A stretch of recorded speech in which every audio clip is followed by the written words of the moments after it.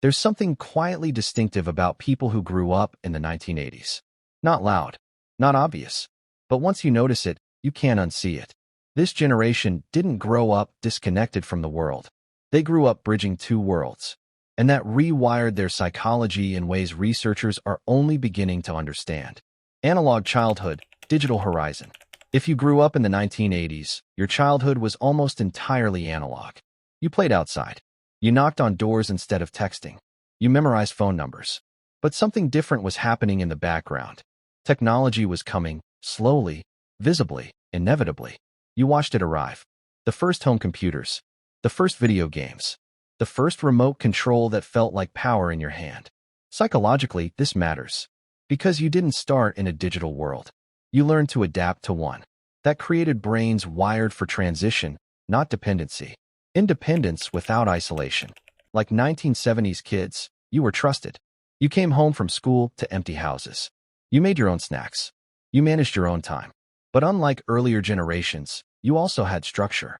Saturday morning cartoons ended at a certain time. Homework mattered. Schedules existed, but adults weren't hovering.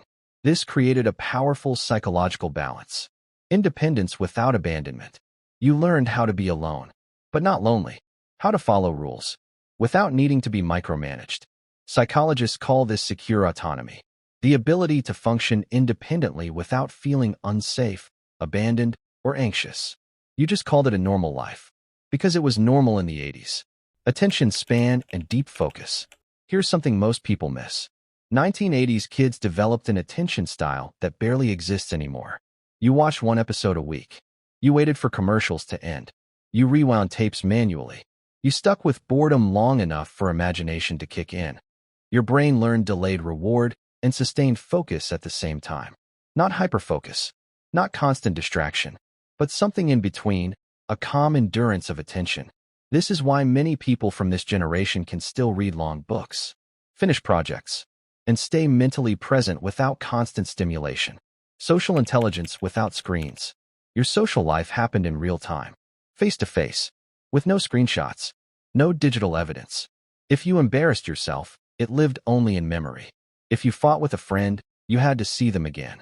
If you hurt someone, you had to feel it. This trained emotional skills that don't come from apps. Reading tone, interpreting silence, understanding subtext. You learned that relationships were messy and reparable, that emotional resilience still shows up decades late. Fear, media, and reality testing. The 1980s also introduced something new. Constant background fear, Cold War anxiety, stranger danger, crime stories on the evening news. But here's the psychological twist. Your real life didn't match the fear narrative. You learned to separate media anxiety from lived experience. That built skepticism, a natural filter. You don't panic at headlines easily.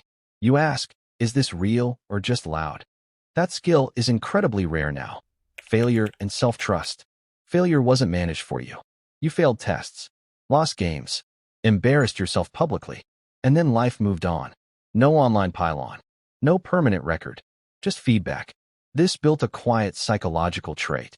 Self-trust after mistakes. You learned that failing didn't mean you were broken. It meant you adjusted. That's why many 1980s kids don't catastrophize setbacks. They recalibrate. Identity without performance. Here's one of the most underrated traits of this generation. You developed your identity without an audience. No likes, no comments, no algorithm rewarding performative behavior. You became who you were, before the world could react to it. That's why many people from the 1980s feel strangely immune to online validation. They can use technology without needing it to define them. People who grew up in the 1980s carry a rare psychological blend. Adaptable but grounded. Independent but socially fluent. Emotionally resilient without being hardened. They remember life before constant stimulation and learned to navigate life after it arrived. Their minds were shaped by patience, tested by transition, and anchored by real-world experience. And in a world that's constantly accelerating, that might be one of the most valuable psychological foundations of all.